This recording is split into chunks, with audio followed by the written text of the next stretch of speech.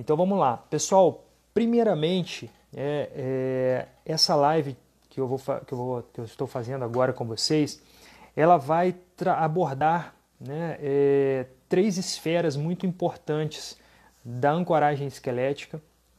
Lembrando que uma ancoragem esquelética estabelecida, bem executada, ela te permite muitas coisas num tratamento ortodôntico. Tá? Então, como eu falei mais cedo, o controle da ancoragem talvez seja o grande calcanhar de Aquiles do ortodontista durante a execução clínica. Né? Então, é muito importante que nós saibamos controlar a ancoragem. E a melhor maneira, sem dúvida nenhuma, de controlar a ancoragem é o recurso da ancoragem esquelética que nós temos hoje. Tá?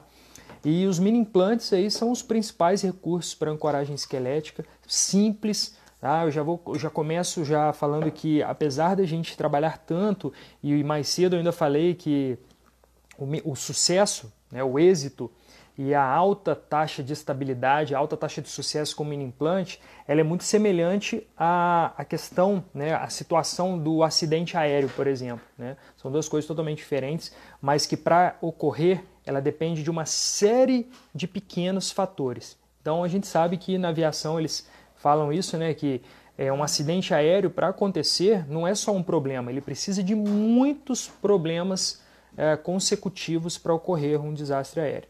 E o sucesso, né, a alta taxa de estabilidade dos mini implantes é muito parecido, porque depende de muitas coisinhas pequenas. Apesar de ser uma coisa muito simples, né? Instalar um mini implante é possível fazer em menos de um minuto. Então, dependendo da área, leva-se segundos para instalar um mini implante.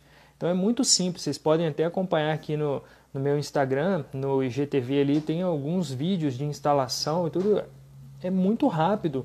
Em algumas áreas é realmente muito rápido. E talvez a área que mais demore para instalar ali um mini implante seja algo em torno de 5 minutos. Então, realmente é um procedimento muito rápido, muito simples, mas para que ele realmente seja efetivo, né, eficaz e que você obtenha uma taxa alta de sucesso, depende de muito detalhezinho. Então ali, olha, é uma fração de minutos ali, né? Ou seja, são segundos na clínica em que você faz um checklist mental de todas as coisas que você precisa passar, de todas as etapas para você realmente conseguir que aquele pequeno parafusinho ele fique numa boa posição, ele fique estável e que ele vai te servir por muito tempo. Né? Hoje a literatura ela concentra, ela nos traz a palavra sucesso, né, correspondente aí a que o mini implante fique por mais de 6 meses na boca do paciente. Alguns trabalhos consideram sucesso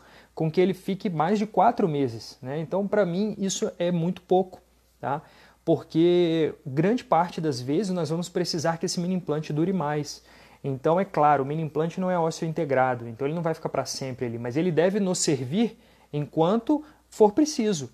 E ele só deve sair com a remoção correta que nós vamos executar. Ele não deve cair antes disso. Tá? Então, para mim, caiu é insucesso. Então é aí que a gente vai bater, nessa tecla.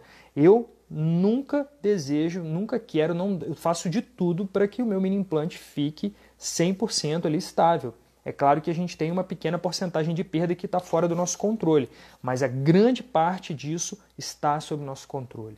Então cabe a nós buscarmos o máximo de excelência na ancoragem esquelética, porque não tem nada pior do que você estar apoiando toda a sua mecânica e acreditando todo o seu plano de tratamento baseado em ancoragem esquelética, em alguns mini implantes, e aí porventura você perde um desses mini implantes aí, e isso faz com que você tenha ali algumas opções. Né?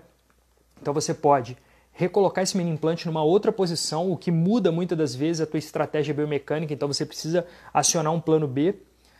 Você pode esperar 3 meses para poder recolocar um mini implante naquele lugar, o que é assim insano, porque nós não temos 3 meses para esperar para perder num tratamento ortodôntico. Né?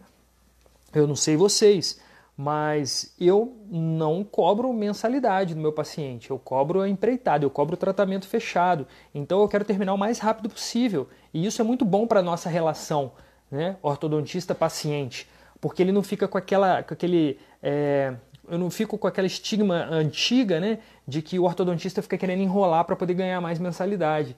Então o paciente está comigo, está do meu lado, ele sabe que eu quero mais do que ele terminar rápido, para ele dar lugar na cadeira para outro paciente que vai me pagar o tratamento cheio e assim vai. Então eu preciso terminar meu tratamento rápido, eu quero eficácia, eu quero otimização de tempo de tratamento. Então por isso eu acredito tanto que o mini implante ele vai ser fundamental nisso daí. Tá?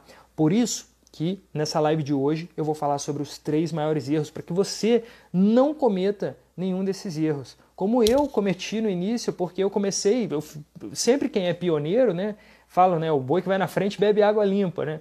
Mas ele também, ele é o primeiro a passar pelos percalços ali, por todos os problemas, as intercorrências, né? Então na época que eu estudei, que eu fiz meu primeiro curso, em 2006, poxa, não tinha nada do que a gente tem hoje de informação, né? Então, antes de começar, eu quero desejar mais uma vez aí as boas-vindas para quem chegou depois. Boa noite a esse corujão da ortodontia. Deixa eu ver aqui se ficou alguma pergunta para trás, para eu poder já responder antes da gente começar a falar realmente sobre quais são esses 3 erros. O que acontece? Até a Mari perguntou aqui. Oi, Mari, tudo bem? Boa noite. Mari perguntou... Cadê? Sumiu a pergunta dela aqui, desculpa. Nossa, tá uma bagunça aqui. Qual é o índice aceitável de sucesso? Tá? Olha, eu vou te contar como era quando eu comecei e eu acredito que muitos de vocês vão se identificar com isso também. Tá? No início, eu tive mais da metade, praticamente ali, metade, um pouco mais da metade de perda de mini implantes. Tá? Então, no começo, eu mais perdia do que acertava, né? Então, assim, colocava um mini implante, muitos caíam na segunda consulta, outros duravam 3 meses e caíam, outros duravam 5 meses e caíam. Para mim, tudo isso é insucesso, né? E o que eu considero aceitável? Olha, depende de cada um, tá? Porque, por exemplo, para mim, eu não aceito ter menos de 90% de taxa de sucesso. Então, eu me cobro para que eu nunca tenha mais de 10% de perda de mini implantes. Isso é uma taxa muito legal. Quando a gente olha na literatura, é uma taxa até melhor do que a maioria dos trabalhos na literatura, tá bom? Mas é porque eu tenho todo o meu planejamento já estabelecido, passado para o paciente, a gente calcula tempo de tratamento. Então, assim, eu tenho ali, eu sempre faço setup virtual dos meus casos, então eu tenho um tempo de tratamento estimado muito próximo, né? Claro, com as devidas variáveis, a gente sempre explica isso para o paciente, mas eu não posso me dar o luxo de perder um mini implante. Então, assim, um mini implante que eu perca naquele paciente é o 100% dele. Então, eu não posso perder mini implante. Então, eu não aceito isso. Mas a gente tem que conviver com algum índice de perda. E hoje eu tenho mais de 90%. E eu falo isso, e os meus alunos que já estão além da curva de aprendizado também já têm mais de 90% aí de índice de acerto, tá? De índice de sucesso. Então esse é o nosso objetivo. Eu não diria aceitável, né? Porque aí vai de cada um. Mas é o índice que eu considero relevante, que eu considero importante, que eu considero como meta. Tá bom? E meta batida, né?